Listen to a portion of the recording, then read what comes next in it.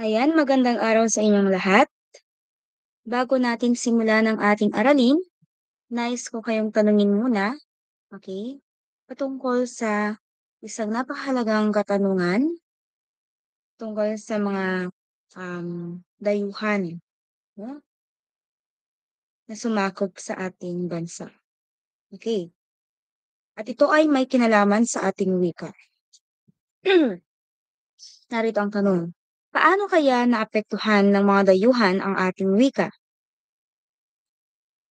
Okay, again, paano kaya naapektuhan ng mga dayuhan ang ating wika? Maaari tayong magnilay-nilay at um, i-comment natin ang ating mga kasagutan, no, sa video na ito.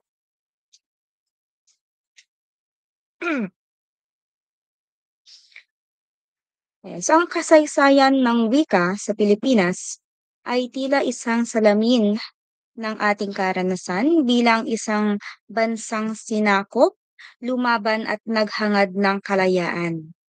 Ngayong araw, susuriin natin kung paano naging kasangkapan ang wika hindi lang sa komunikasyon, kundi bilang sandata sa pakikibaka, edukasyon at pananakop. Okay, so tatalakayin natin ang tatlong mahahalagang yugto ng ating kasaysayan. Ang panahon ng propaganda, kung saan ginamit ang wikang Kastila sa mga akda ng mga ilustrado upang ipaglaban ang karapatan ng mga Pilipino. Sa panahon ng Amerikano, kung saan pinakilala ang wikang Ingles sa edukasyon at pamahalaan bilang paraan ng pagsibilisa. At ang pangatlo ay ang panahon ng Hapon, kung kailan isinulong ang wikang Pilipino bilang bahagi ng paninindigan sa kapwa Asyano, ngunit may lihim ding layunin ng kontrol. Sa ating paglalakbay sa mga panahong ito, ating tuklasin kung paano lumakas, nagbago at naging sandigan ng pagkakikilanlan ng mga Pilipino ang ating wika.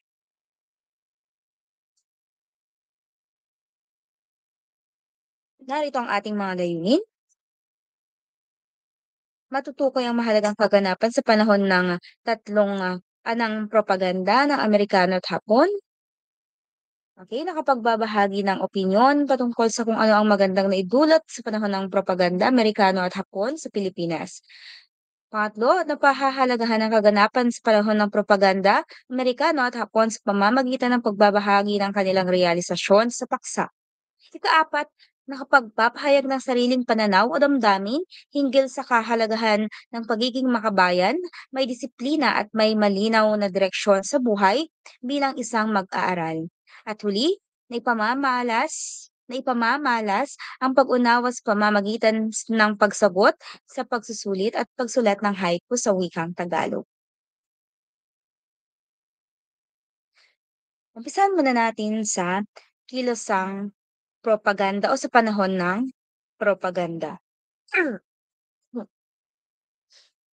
Alam niyo ba na ang kilusang propaganda ay isang kilusang itinatag ng mga edukadong Pilipino sa Barcelona, Espanya mula 1872 taon hanggang 1892 taon. Isa ito sa pinakamahalagang yugto sa kasaysayan ng ating bansa at kasaysayan ng ating wika. Ang simula ng kilusang ito ay may malalim na sugat sa puso ng sambayanan. Okay, ang pagbitay, no, sa tatlong taring martir na sina Gomburza. Dahil sa pangyayari ito, unti-unting namulat ang isipan ng mga Pilipino sa kawalang katarungan sa ilalim ng pamahalaang Kastila. Ngunit paano ito konektado sa ating wika? Okay, so ginamit ng mga propagandista ang wikang Kastila, ang wika ng mga mananakop bilang sandata ng panulat. Sa halip na armas, okay, ginamit nila ang mga pahayagan, sanaysay at tula upang ipaglaban ang reforma, kalayaan at karapatan ng mga Pilipino. Isa sa pinakatanyag na pahayagan ng panahong ito ay ang La Solidaridad. Okay, kung saan nailathala ang mga makapangyarihang akda nina Jose Rizal, Marcelo H. del Pilar at Graciano Lopez Haina at iba pa. Okay, so sa kabila ng pagiging banyaga ng wikang Kastila, naging daluyan po ito ng adhikaing makabayan. So nagsilbi rin itong tulay upang maipaabot ang hinaing ng mga Pilipino sa pamahalaang Espanyol. Kaya't sa panahong ito, malinaw na ang wika ay hindi lamang ginagamit sa pang-araw-araw na usapan. Ito'y naging boses ng pakikibaka, okay, daluyan, okay, ng ating pagkamit ng kalayaan. Okay, so ano nga ba yung tatlong layunin ng kilusang propaganda? Una, okay, pagpapanumbalik ng excuse me, ng kinatawang Pilipino sa korte ng Espanya noong una, may kinatawan ang Pilipinas sa Cortes Generales o tinatawag na Kongreso ng Espanya, ngunit inalis po ito. Ipinaglaban ng mga propagandista na muling magkaroon ng representante ang mga Pilipino sa batasan ng Espanya upang upang maiparating ang kanilang hinaing at mabigyan ng boses ang mga Pilipino sa paggawa ng batas. Okay, gusto nilang marinig ang tinig ng Pilipinas sa loob mismo ng gobyerno ng Espanya. Ikalawa, pagkakapantay-pantay ng mga Pilipino at Kastila sa ilalim ng batas. Noon, mas pinapaboran ng batas ang mga Kastila kaysa sa mga Pilipino. Ang layunin ng kilusan ay ang pagtanggal ng diskriminasyon upang pareho ang karapatan at proteksyon ng mga Pilipino at Kastila. Ibig sabihin, kung may ginawang krimen ang isang Kastila at isang Pilipino, pareho dapat silang husgahan sa parehong pamamaraan. Ikatlo, gawing lalawigan ng Espanya ang Pilipinas. Ang Pilipinas ay isang kolonya, hindi opisyal na bahagi ng Espanya, no? Kung gawing lalawigan o probinsya ng Espanya ang Pilipinas, magiging pantay ito sa iba pang bahagi ng Espanya at ang mga mamamayan ay magkakaroon ng buong karapatan bilang mamamayan ng Espanya tulad ng karapatang bumoto, mag-aral ng Espanya, okay, at tumanggap ng serbisyong pantao. Layunin nilang magkaroon ng ganap na karapatan at dignidad ang mga Pilipino, katulad ng mga Espanyol sa mainland. Okay? So ikaapat, no? Pagkakaroon ng sekularisasyon ng mga parokya sa kapuluan.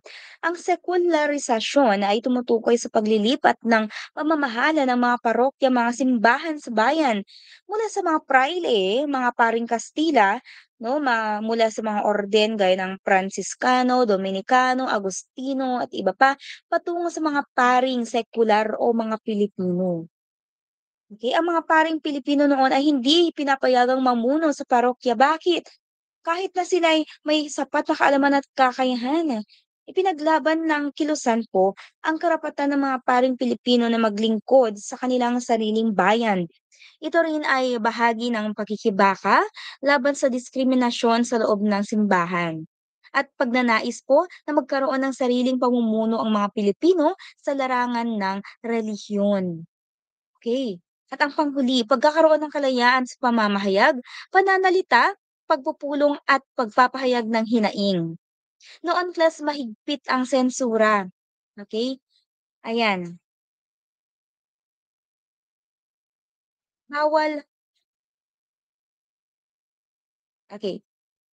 Bawal po ang magsalita laban sa pamahalaan, magsulat ng opinyon o magpulong kung hindi ito sang-ayon sa kagustuhan ng mga Kastila. So ipinaglaban ng kilusang propaganda ang mga pangunahing kalayaan ng mga mamamayan, gaya ng kalayaan sa pamamahayag, karapatang magsulat ng pahayagan o lathalain na may sariling pananaw, kalayaan sa pananalita, karapatang magsabi ng saloobin nang hindi kinakatakutan ang parusa, kalayaan sa pagpupulong, karapatang magtipon para sa talakayan o protesta, kalayaan sa pagpapahayag ng hinaing, karapatang magsabi ng mga problema o karaingan sa pamahalaan dahil sa kanilang pagmamalupit. Okay? Layunin nito na mapakinggan ang tinig ng mamamayan at mabigyan sila ng malayang espasyo upang ipaglaban ang karapatan at hustisya. Okay? Ayan. So maraming Pilipino ang nagkaroon ng matinding damdaming nasyonalismo. Sa panahon ng kilusang propaganda class, unti-unting namulat ang mga Pilipino sa kawalang katarungan at pagmamalupit ng mga Kastila. Dahil dito, maraming Pilipino ang nagsimulang magmahal ng higit sa kanilang sariling bayan. Ito ang tinatawag natin na nasyonalismo.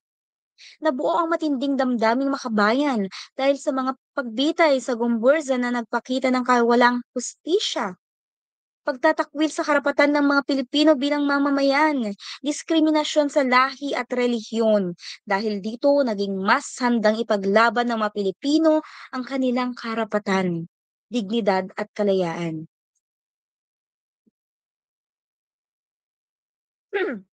Ikalawa, matatag at maingat na ginamit ang panulat bilang sandata sa unti-unting paggising at pagpapamulat. Hindi baril o itak ang ginamit ng mga propagandista para lumaban kundi ang kanilang panulat sa pamamagitan ng matalino, maingat at makapangyarihang pagsulat. Inilantad nila ang katiwalian, pang-aapi at maling pamamalakad ng pamahalaan. Sa La Solidaridad, nailathala ang mga sanaysay, komentaryo at panawagan para sa reforma. No? Sa mga aklat ni Jose Rizal tulad ng No Limitang Hire at El Filibusterismo, ipinakita ang mga suliranin ng lipunan sa ilalim ng kolonyal na pamahalaan. Ang mga akdang ito ay naging sandata ng kamalayan. Unti-unting ginising nito ang isip at puso ng mga Pilipino upang makita ang tunay na kalagayan ng bansa at magsimulang manindigan para sa pagbabago. Okay? So, noon, sa panahon ng propaganda, may mga Pilipinong edukado ang nagtungo sa ibang bansa, lalo na sa Europa upang mag-aral, magtrabaho at ipaglaban ang karapatan ng mga Pilipino. Ginawa nila ito dahil sa dalawang dahilan. Una, hindi sila malayang makapagsalita o magsulat sa Pilipinas, baka sila ay arestuhin at patahimikin. Uso yan noon. No? Mas may kalayaan sa ibang bansa dahil doon sila nagsulat 'no, ng mga artikulo, mga libro para isiwalat ang sitwasyon sa Pilipinas. Ano na nga ba ang kalagayan ng Pilipinas? Ano ang nangyayari sa Pilipinas? Ngayon sino-sino sila? Nandiyan po sila Dr. Jose Rizal, okey, siya ay nag-aral sa Espanya at Alemanya. Okey, sumulat ng Noli Me Tangere at El Filibusterismo upang ipakita niya ang pang-aapi ng mga Kastila sa Pilipinas. Nariyan rin si Graciano Lopez Haina. Itinatag niya ang La Solidaridad, isang pahayagang ginagamit ng mga propagandista upang ipahayag ang hinaing ng mga Pilipino. Nariyan rin si Antonio Luna, nag-aral ng agham at medisina sa Europa. Sumulat din siya ng sa La Solidaridad at tumulong siya sa kilusang propagandista. At huli, si Marcelo H. Del Pilar. Siya ay matapang na sumulat laban sa mga abusadong prayle. Siya ang naging patnugot ng La Solidaridad matapos si Lopez Haina. Okay? So ngayon, marami talagang mga Pilipino noon ang sumulat ng mga akda sa wikang Tagalog, lalo na ng mga tula, sanaysay. Meron din pong dula at kwento na nagpapakita ng pagmamahal sa bayan at pagtutol sa pang-aapi ng mga Kastila. Sa pamamagitan nito, okay, pinakita nila ang hirap ng buhay ng mga Pilipino sa ilalim ng pananakop. Pinahayag po nila ang kanilang damdamin ng galit, lungkot at pag-asa para sa kalayaan. Nagising po ang kanilang damdamin, lalo na ng damdamin ng mga ibang Pilipino. Okay, na noon ay tahimik lang at natatakot magsalita. Ang paggamit ng wikang Tagalog ay isang paraan upang mas maunawaan ng karaniwang mamamayan ang mensahe ng mga manunulat dahil ito rin po ay patunay na mahalaga ang sariling wika sa pagkakaisa at pagkilos ng bayan laban sa mga dayuhang mapang-api tulad ng mga Kastila.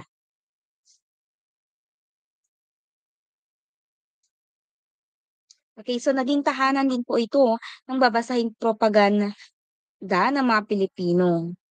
Okay, so ang mga babasaheng ito ay naging daluyan ng impormasyon, ideya at damdaming makabayan.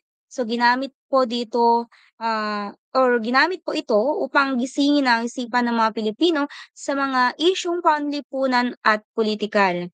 Ilan sa mga halimbawa ay ang Diaryong Tagalog sa Maynila, isang pahayagan sa wikang Tagalog na inilathala sa Pilipinas at ang layunin po nito ay maabot ang karaniwang tao at gamitin ang sariling wika sa pagpapahayag ng katotohanan.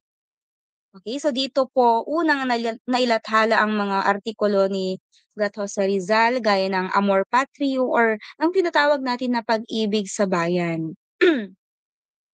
Okay, sunod diyan ay ang La Solidaridad at ito po ay nakasentro sa Espanya. Ito po ay isang pahayagan na inilimbag sa Espanya ng mga Pilipinong nasa Europa. So ginamit ito upang iparating sa gobyerno ng Espanya ang mga hinaing at panawagan ng mga Pilipino. Naglalaman ito ng mga sanaysay ni na Jose Rizal, Marcelo H. Del Pilar, Graciano Lopez Haina at iba pang mga manunulat. Meron din pong mga polyeto at aklat, 'no? Ito po yung, kalat na babasahing ginamit upang palihim na ipamahagi ang impormasyon sa masa. Kasama rito ang mga nobela ni Rizal tulad ng Noli at El Fili, pati mga sanaysay at liham na pumupuna sa mga Kastila at sa simbahan. Ngayon, ano ba yung mga paksa, ng kanilang mga akda? Una ay ang pagkamakabansa.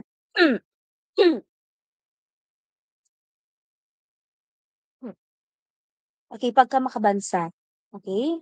Ang pagkamakabansa class ay ang malalim na pagmamahal at katapatan sa sariling bayan. Ipinakita ito ng mga Pilipino sa panahon ng propaganda, okay, sa pamamagitan ng pagsulat, 'no, paglalathala at pakikibaka para sa kapakanan ng bayan. Hindi sila natakot na ilantad ang katiwalian at pang-aabuso ng mga Kastila dahil ang hangad po nila ay isang malaya at maunlad na Pilipinas.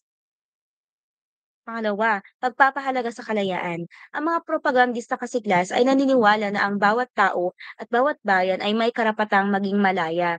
Kaya't sinulat nila ang mga hinaing ng mga Pilipino upang ipaglaban ang kalayaang mag-isip, magsalita, sumulat at mamuhay ng may dignidad. Dahil para sa kanila, ang tunay na kaunlaran ay hindi makakamit kung wala po tayong kalayaan. Ikatlo, pagpapahalaga sa karapatan sa sariling bayan, 'no? So ipinaglaban din nila ang karapatan ng mga Pilipino sa sarili nilang bayan.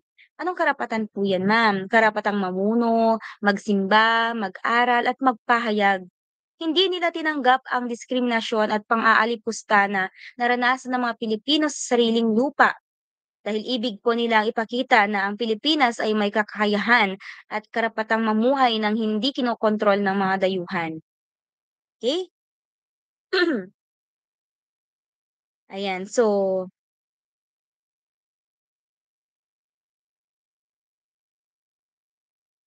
ayan. Next, naghigpit ng sensura permanente dahil sa takot ng mga Kastila sa lumalawak na damdaming makabayan, pinaigting nila ang sensura permanente. Ito ay isang batas na mahigpit na nagkokontrol sa lahat ng babasahin, pahayagan at aklat. Okay? Lahat ng sulatin ay kailangang dumaan sa sensura bago mailathala. Bawal ang anumang akda na laban sa pamahalaan o simbahan. At ang layunin ay patahimikan ang mga kritiko at pigilan ang paglaganap ng mga makabayang ideya. Ngunit kahit may ganitong hadlang, patuloy pa rin ang mga propagandista sa pagsusulat dahil na meron pa silang mga sariling pen names class. Okay, kagaya po ni Rizal na Pepe, ni Andres Bonifacio na taga-Ilog, ganyan. Sa loob man o labas ng bansa. So ito ay patunay class ng kanilang paninindigan, no, at tapat para sa bayan kahit buhay pa nila ang kapalit. Okay?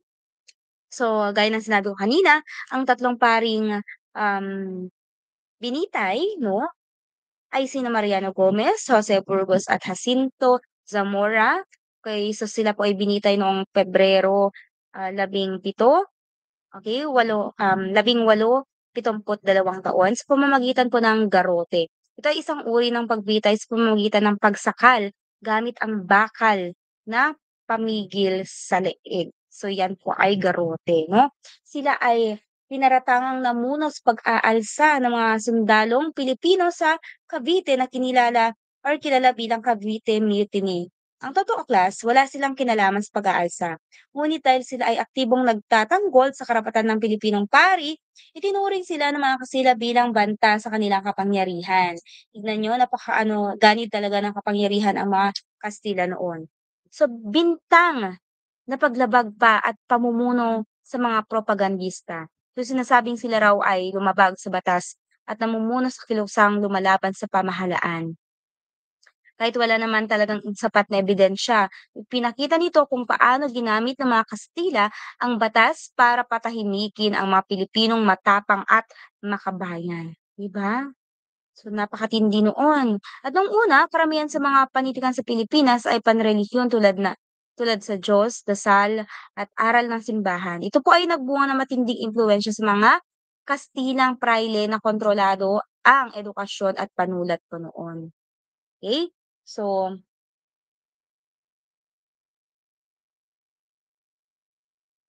ayan, mas lumaganap ang mga makabayang akda sa anyo ng tula, sanaysay, awit at nobela. So ipinakita sa mga ito ang matinding pagmamahal sa inang bayan, panawagan ng pagkakaisa at paghahangad ng tunay na pagbabago. Okay, at dyan po nagtatapos ang panahon ng propaganda dahil ang pumalit po dyan ay ang panahon ng Amerikano. So, pagbabago sa wika at edukasyon naman po ang hangad ng Amerikano, 'no? Sa pamumuno po ni Almiranta Diwi 'no, ayan, ito po ay, isang yugto ng, kasaysayan ng Pilipinas na nagdudulot ng malaking pagbabago sa wika, sa, um, edukasyon at kaisipan ng mga Pilipino. Noong dumating ang mga Amerikano class matapos ang pananakop ng mga Kastila, itinalaga nila ang wikang Ingles bilang opisyal na wika ng Pilipinas. Layunin po nila na turuan ang mga Pilipino ng kanilang wika at kultura upang ayon sa kanila sibilisahin ang mga mamamayan. Ano ang mga pagbabagong nangyari?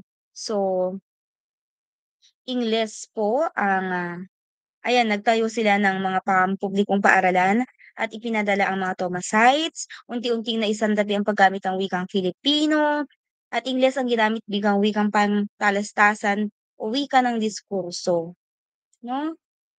Ayan, so next, okay, so dahil sa pagpapatibay ng Ingles sa edukasyon class noong panahon ng Amerikano, isa sa mga unang hakbang ng mga Amerikano sa kanilang pananakop ay ang pagbabago ng sistema ng edukasyon sa Pilipinas. Naniniwala sila na ang wika ng edukasyon ay dapat Ingles upang turuan ang mga Pilipino sa paraang Amerikano. Sa Scarman Commission, ayon kay Jacob Scarman, okay, ito ay inatasan o ito yung pag-aatas ng gobyerno ng Amerika upang pag-aralan ang kalagayan ng Pilipinas. Ayon pa sa kanila, mahalaga ang pagturo ng Ingles sa mga batang Pilipino lalo na sa edukasyong primarya upang magkaroon daw ng pagkakaunawaan sa pagitan ng mga Pilipino at Amerikano. Yan, so ipinagbawal po na gamitin 'no, ang vernacular sa pagtuturo. Kasi noong panahon ng mga Amerikano class, okey, kailangan po purong Ingles ang kanilang sinasalita, ano? Ayan, so ipinagbawal sa mga guro ang paggamit ng vernacular o katutubong wika tulad ng Tagalog, Cebuano, Ilocano at iba pa sa loob ng silid-aralan, 'no? Ibig sabihin hindi sila puwedeng magpaliwanag sa wika ng mga bata kahit ito ang mas madaling maunawaan ng mga mag-aaral. Tanging Ingles lang dapat ang gamitin ng mga guro sa pagtuturo kahit mahirap itong intindihin ng mga bata noon. Okay? So, pagdating ng mga Tomasite sa Pilipinas noong Agosto 23, 11 at 1 taon, sila ay dumating sa Pilipinas upang magturo po ng Ingles. Okay?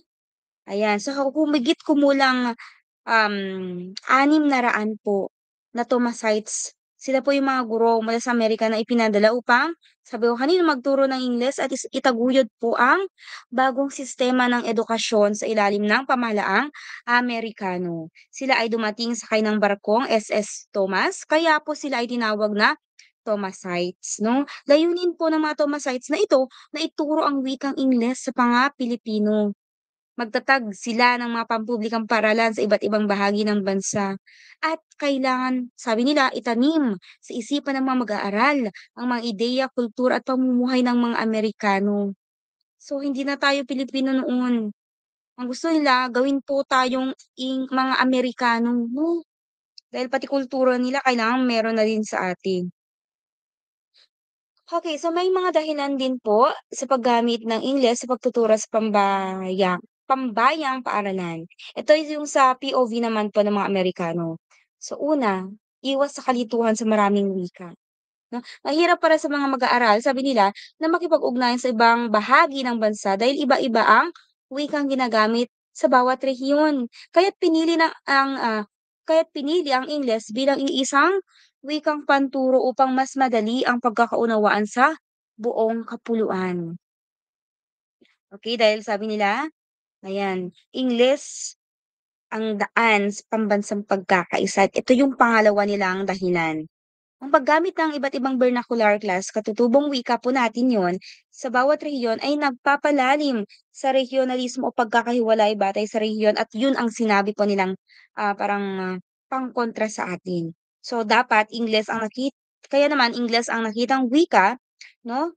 Bilang wikang magbubuklod sa bansa at magpapalakas sa nasyonalismo daw natin. Sunod, ayan, wika ng pandaigdigang kalakalan. Ayan, dahil, mahilig po tayo sa pangangalakal noon, 'yan. Sabi, gusto namin dahil siyempre Ingles ang wika ng, negosyo sa buong mundo, kailangan pong ito po yung tinuturing bilang susi na sa pag-unlad ng kabuhayan ng bansa. So, sa paggamit ng Ingles, mas magiging handa ang mga Pilipino sa pakikipag-ugnayan at kalakalan sa ibang bansa, 'di ba? Napaka-ano nila, napaka one-sided po nila, 'no? At sabi nila, malaki daw po yung puhunan na sa edukasyon. Malaki na yung puhunan nila sa edukasyon. Kaya, sabi, malaki na ang nagastos ng pamahalaan para sa edukasyong Ingles. Katulad na lamang ng pagbili ng mga libro, yung pagdadagdag mga guro, which is yung mga Thomasites, at pasilidad, no? Kaya't ipinagpatuloy na ito upang masulit daw ang pupunan at mapalakas pa ang kaalaman sa wikang Ingles ng mga Pilipino. Okay, next. Hasain ang paggamit ng wikang naririto na. Eto na nga yung nandito. So, bakit hindi na lang natin hasain? Yun yung sinabi nila. Dahil narito ng Ingles bilang bahagi ng edukasyon, kailangang sanayin ang mga Pilipino sa paggamit nito. So, layunin nitong pataasin ang antas ng edukasyon, komunikasyon at pagkakaisa sa pamamagitan ng iisang wika at yan po ay Ingles. Subalit, hindi nagpapatalo ang mga Pilipino sapagkat meron din po tayong mga dahilan sa paggamit ng vernacular sa pagtuturo. Sabi ng mga guro noon na mas epektibong pagkatutos pang araw-araw na buhay kapag wikang banyaga. Kung ang wikang banyaga ang gagamitin, nahihirapan ang mga mag-aaral na makaunawa at makisangkot sa talakayan. Siyempre dahil hindi po nila masyadong maintindihan kung ano nga ba ibig sabihin ng mga salita sa Ingles na yan. So, sa paggamit ng sariling wika o vernacular, mas madali nilang maiuugnay ang aralin sa kanilang karanasan at sa realidad ng buhay. Okay? Ikalawa, class, nakalulungkot talagang isipin, no, na ang mga Pilipinong panitikan ay mas makabuluhan sa sariling wika. Mas nakalulungkot isipin na maging kontribusyon ng mga Pilipino sa pandaigdigang panitikan ay nakasulat sa wikang Ingles. Bakit? Kasi kapag ang mga aktang pampanitikan ng Pilipino ay nakasulat sa Ingles, nawawala na ang diwa ng pagiging tunay na Pilipino. Sa paggamit ng vernacular class, mas naipapahayag ang damdamin, kultura at pagka-Pilipino sa mas tunay na anyo. Okay, next.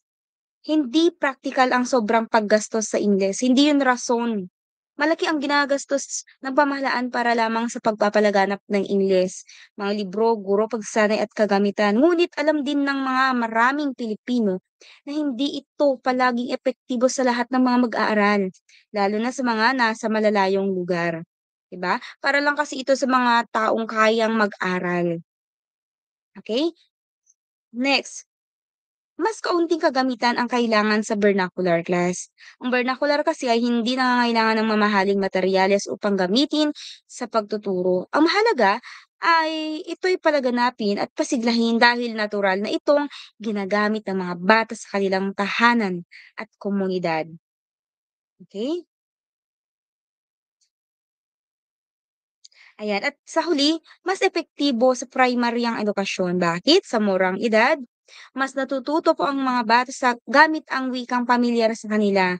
Kaya kung vernacular ang wikang panturo, mas nagiging mahusay at aktibo ang kanilang pagkatuto sa unang baitang ng edukasyon. Okay, so yan po ang Amerikano. Ngayon dumako na tayo sa panahon ng Hapon. Ayan, sa panahong sinakop ng mga Hapones ang Pilipinas, okay, pinagbawal na po nila ang paggamit ng wikang Ingles, alinmang aspeto ng pamumuhay. Ipinagamit nila ang wikang katutubo, partikular na ang wikang Tagalog sa edukasyon, media at panitikan. Okay, so ito yung mga halagang punto, no? Ayan. Noong Hulyo 19, okay, 1942 taon, ipinalabas ang Order Militar bilang 13 na nagtatakda ng Tagalog at Nihongo o Hapon bilang opisyal na wika ng bansa. Okay, so panitikang Tagalog ang lumaganap sa panahong ito at naging aktibo ang pagsulat ng mga tula, maikling kwento at sanaysay. Alam niyo ba class na noong 1935 hanggang 1941 na taon, okey? Ito po ay tinaguri ang gintong panahon ng panitikang Tagalog. Okey, dahil sa pagsigla ng panulat sa sariling wika. Bakit? Kasi pinayagan na po tayong gamitin ang ating wikang Pilipino. At dahil diyan umusbong ang mga tulang makabayan at makabaya at mapagmalasakit sa bayan na nagbibigay diin sa kalayaan, karapatan at pagkakaisa. Okey, so naging popular din po 'no, ang excuse me, naging popular din ang haiku. Ano bang haiku? Ito ay isang maikling tula na nagmula sa Hapon bilang paraan ng pagpapahayag ng damdamin at siyempre pagmamasid sa kalikasan.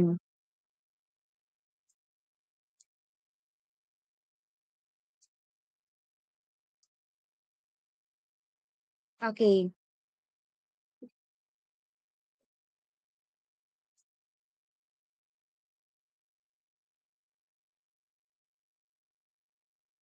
ayan. So, ang haiku class, gaya ng sinabi ko kanina, ay isang uri ng tula na layuning gisingin ang damdamin at isipan ng mga mambabasa tungkol sa mga isyung panlipunan, kapaligiran o kabayanihan.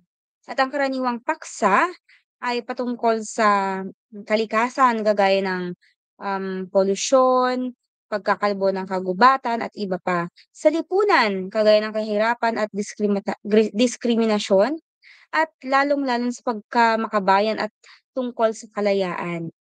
Ang layunin ng haiku class ay upang magmulat, magpaalala at tumawag ng pagkilos sa mga Pilipino. So ito po ay may natatanging porma, 'no? Meron po siyang tatlong taludtod na may bilang ng pantig na 5, 7 at 5 o tinatawag natin na 5, 7, 5. Kaya't may kabuuan tayong pantig na 17 pantig. Okay, so ayan. So ang taludtod yan yung linya, so dapat tatlo yan. 5 'no, para sa unang taludtod, 7 para sa ikalawa, at 5 ulit para sa ikatlong taludtod.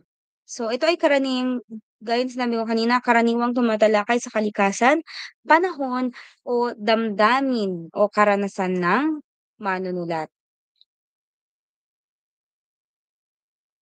Okey, narito ang halimbawa. Ayan, gabing tahimik, yan yung 5, hangin ay dumarampi, 7 pantig, buwan ay tanaw tanaw ko. So that is, 5 pantig. Ano bang ibig sabihin niyan, yung unang halimbawa? Yan po ay ang pagpawi or pumapawi ng lungkot o nagpapahiwatig siya ng katahimikan ng gabi, okey? Ikalawang halimbawa, ulang bumagsak, tuyong lupa ng bukid, luntiang sumibol. Okay, 575 din 'yan at 'yan po ay may tema ng kalikasan at pag-asa 'no. Nagpapakita po 'yan ng biyaya ng ulan sa tuyong lupa, okey, at may mensahe, may lihim na o may nakatagong mensahe ng panibagong buhay o pag-asa. Okay, so ito na yung panghuli, si Jose Villapanganiban, siya po yung unang nagturo ng Tagalog sa mga Hapones. 'No, dahil sa nanais ng mga Hapon na itaguyod ang wikang pambasa, ay binuhay na po nila yung tinatawag natin na Surian ng Wikang Pambansa na ngayon po ang tawag na po diyan ay Komisyon sa Wikang Filipino.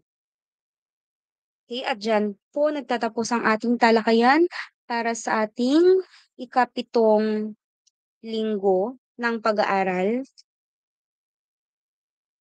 hinggil sa komunikasyon.